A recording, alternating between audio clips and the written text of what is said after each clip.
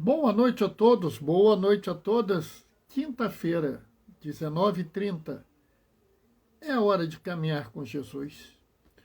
Bom, estamos aí, estamos chegando. Hoje eu vou ter que falar um pouquinho mais alto, porque minha vizinha aqui do lado, aqui do prédio do lado, ela está ouvindo alguma coisa. E ela está ouvindo muito baixo, está ouvindo, né? Oi, Ana Paula. Paz e bem, boa noite.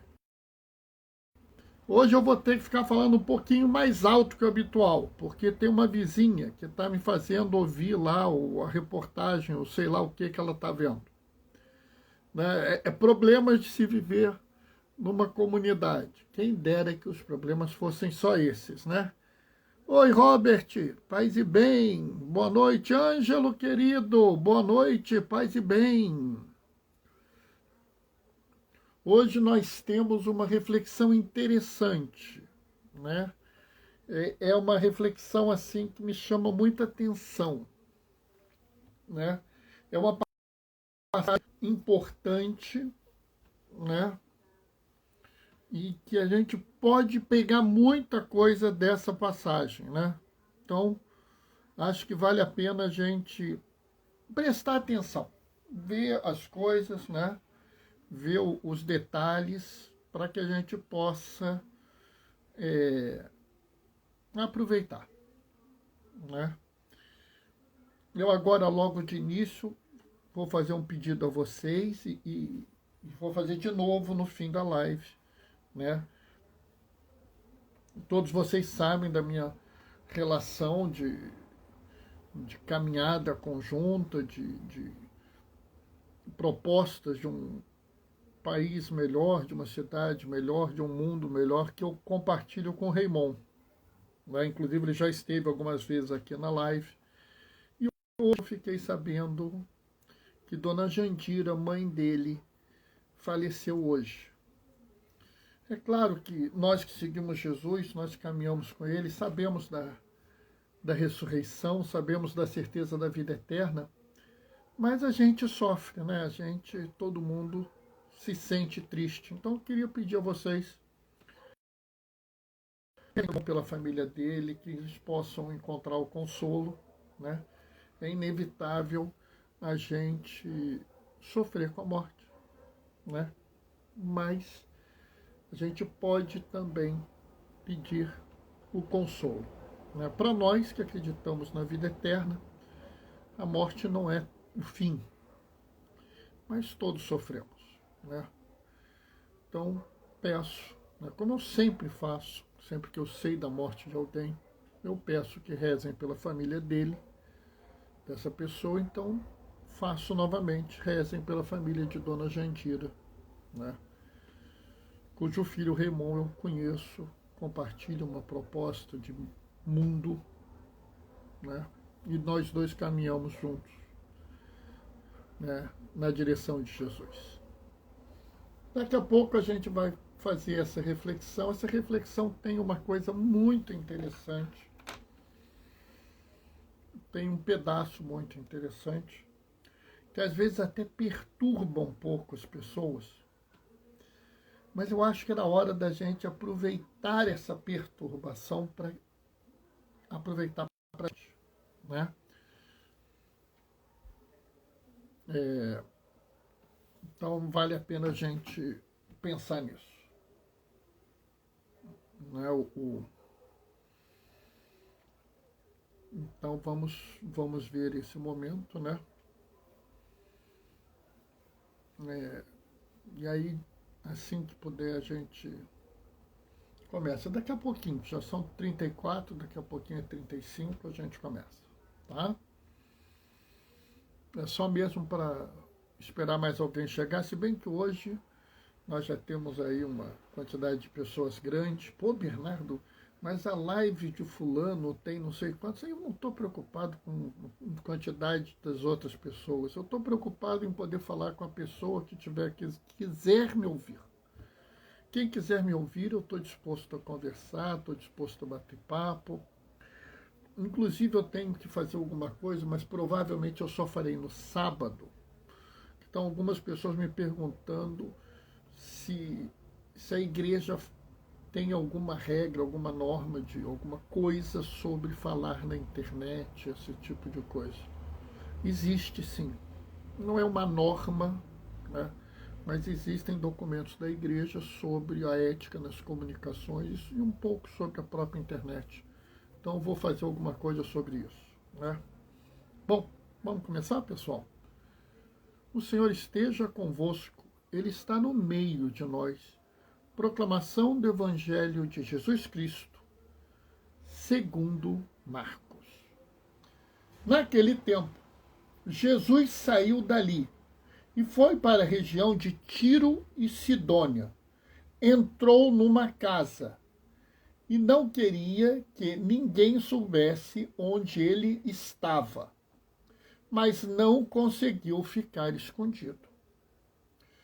Uma mulher que tinha uma filha com um espírito impuro ouviu falar de Jesus. Foi até ele e caiu aos seus pés. A mulher era pagã, nascida na Fenícia da Síria, e suplicou a Jesus que o expulsasse da sua filha o demônio. Jesus disse: deixa primeiro que os filhos fiquem saciados, porque não é certo tirar o pão dos filhos para jogá-los aos cachorrinhos. A mulher respondeu: é verdade, Senhor, mas também os cachorrinhos debaixo da mesa comem as migalhas que as crianças deixam cair. Então Jesus disse: por causa do que acabas de dizer, pode voltar para tua casa. O demônio já saiu de tua filha. Ela voltou para casa e encontrou sua filha deitada na cama, pois o demônio já havia saído dela. Palavra da salvação. Esse episódio, né, é um episódio muito marcante, né? Ele tem uma mesma passagem num outro evangelho, né? E nesse outro evangelho, essa mulher é descrita como cananeia. Oi, Fernando! Oi, Djalma Doraci! Boa noite, paz e bem! E aqui ela é da Fenícia da Síria. Bernardo, o que quer dizer isso? Nada demais. Os evangelhos são escritos para povos diferentes, com outras visões, com outras formas, tá? Então, não tem aqui nada de especial. O que é importante a gente ver aqui para a gente chegar até o momento aonde a gente está vivendo? O que a gente tem aqui e como é que a gente pode trazer isso para a gente, né? A primeira coisa é que Jesus saiu e foi para a região de Tiro e Sidônia, né? Novamente, Jesus sai da sua região, da região dos judeus, e vai para a região dos pagãos. Tiro e Sidônia não é uma região propriamente aonde, né? Vamos nos lembrar que na época de Jesus não havia países como nós entendemos hoje. Então, quando a Bíblia fala em Israel, não é um local geográfico, e sim um povo.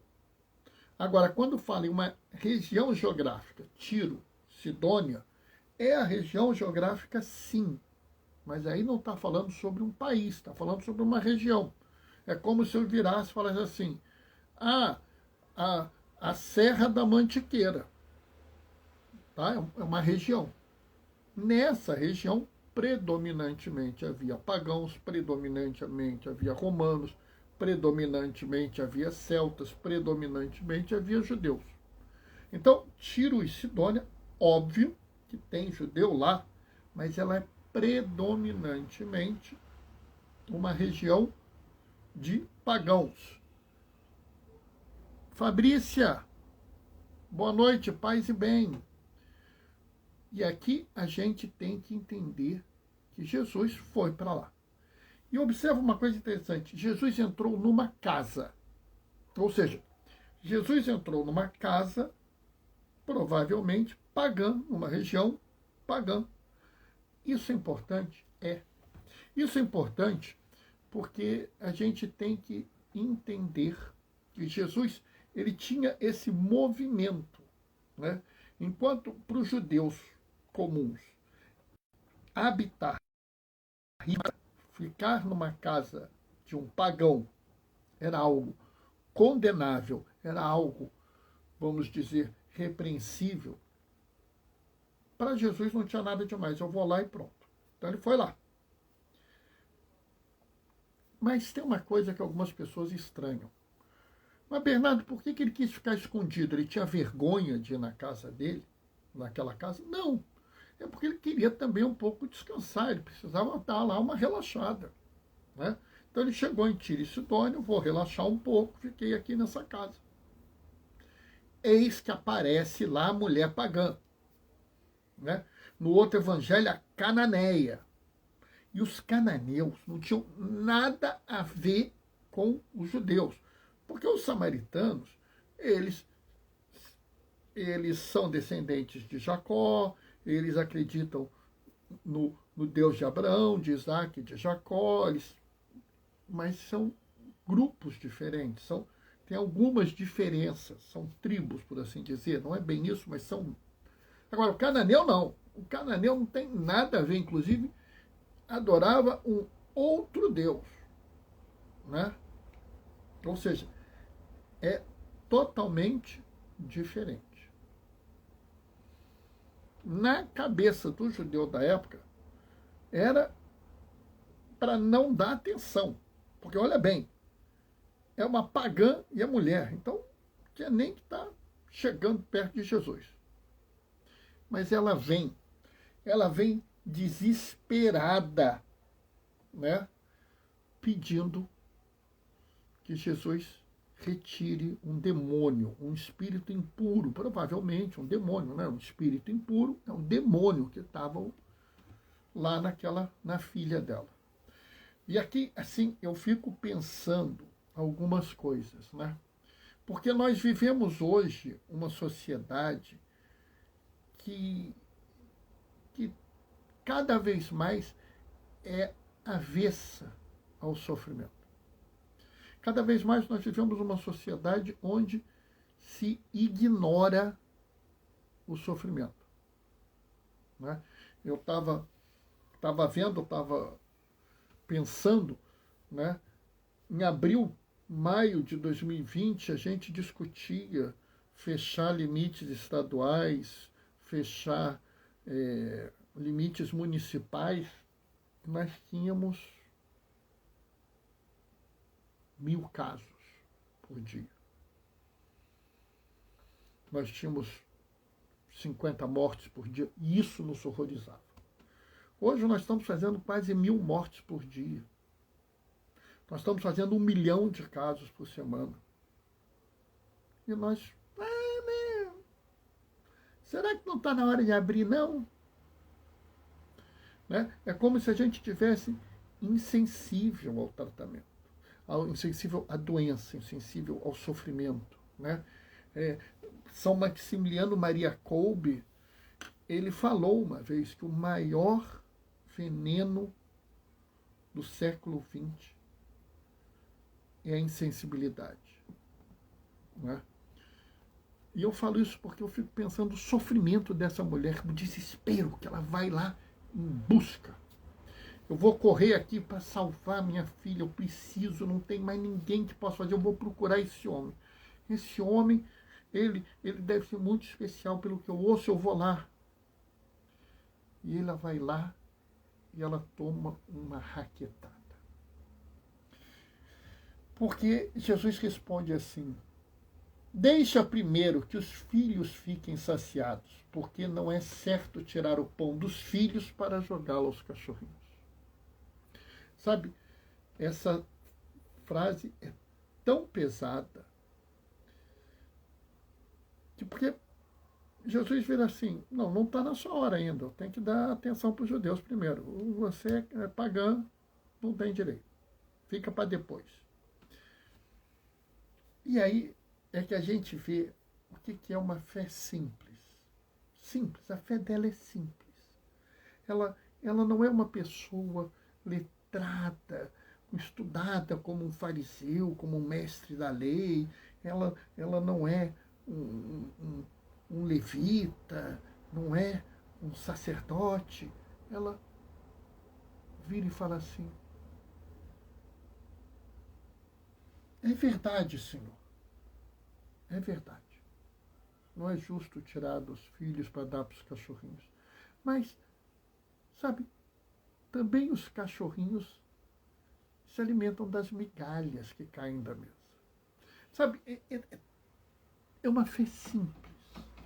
É impressionante como muita gente hoje em dia quer trabalhar a fé grandiosa. Não porque o tratado de não sei quem, o tipo filosófico, o documento da exegese feita de fulano de tal, com a hermenêutica, não sei o quê.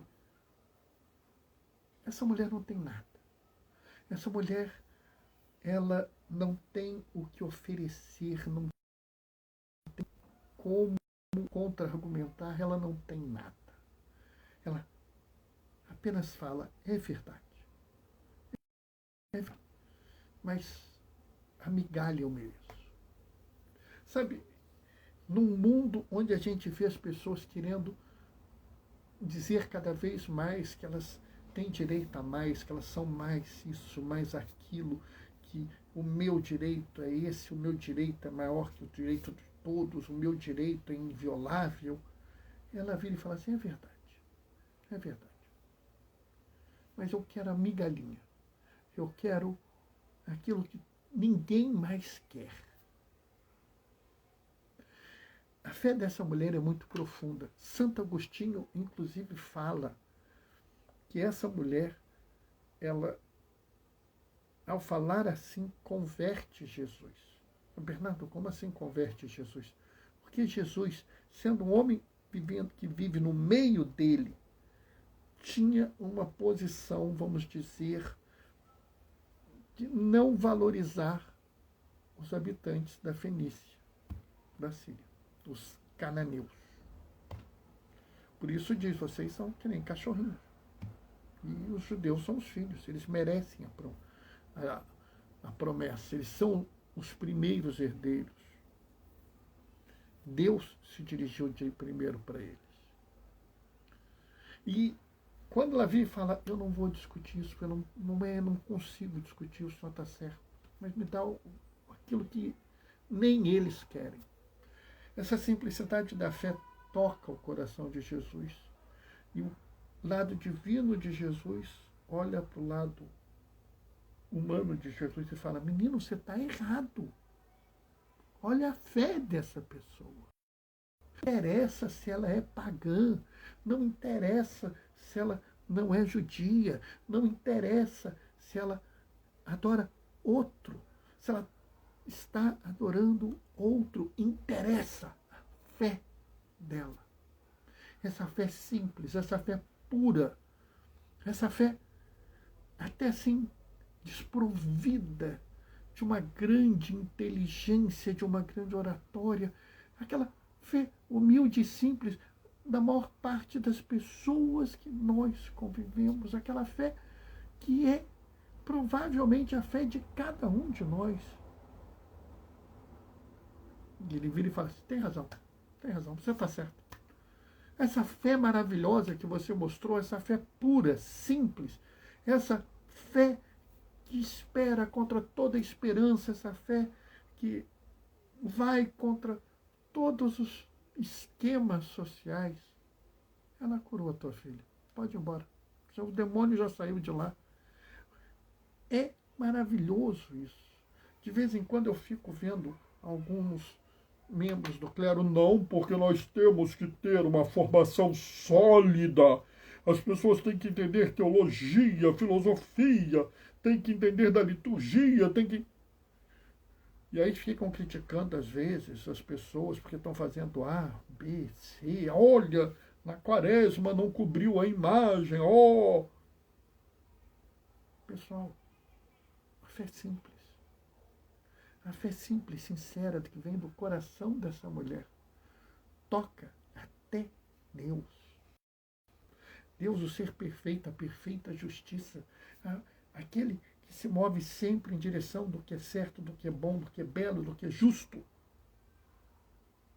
Pare e ouve, nossa, essa fé simples é tão linda.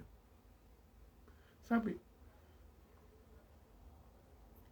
aquela mulher não acreditava que Jesus era Deus. Mas eu garanto que depois desse dia ela acreditou. Ela precisava para acreditar que Jesus era Deus, que aquilo ocorresse para ela. E ela já tinha fé. E por isso ela foi atendida. Amém? Bom, pessoal, hoje, olha, quase que não dá. E se eu me animo um pouco mais, eu não fazia até as 20 horas.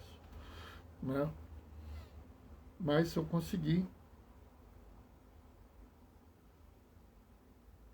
consegui fazer tudo direitinho. Né? Amanhã, normalmente às 19h30, eu quero pedir novamente, eu pedi no início da live, eu vou pedir de novo. No dia de hoje, vocês, por favor, guardem aí no momento de oração de vocês, rezem pelo meu amigo Raymond, né? Dona Jandira, mãe dele, faleceu, né? Faleceu de morte morrida, nada de muito especial, não. Tá? Mas Raymond é um homem como eu, né? Uma pessoa que caminha com Jesus, uma pessoa que tem um projeto de sociedade como eu tenho um desejo de sociedade. Mas perdeu a mãe, eu não perdi minha mãe, mas deve ser muito doloroso, deve ser muito difícil. Então vamos rezar por ele, pela família dele, né, pelos familiares de Dona Jandira, para que eles encontrem consolo. Né? Quando eu fico sabendo de uma morte, eu sempre peço aqui que as pessoas rezem. Então, vou fazer novamente isso. E toda vez que isso acontecer, eu vou pedir. Amanhã de manhã, rezem pelos enfermos, por aqueles que cuidam dos enfermos, por aqueles que ajudam os enfermos, por aqueles que são responsáveis para garantir que as políticas públicas aos enfermos.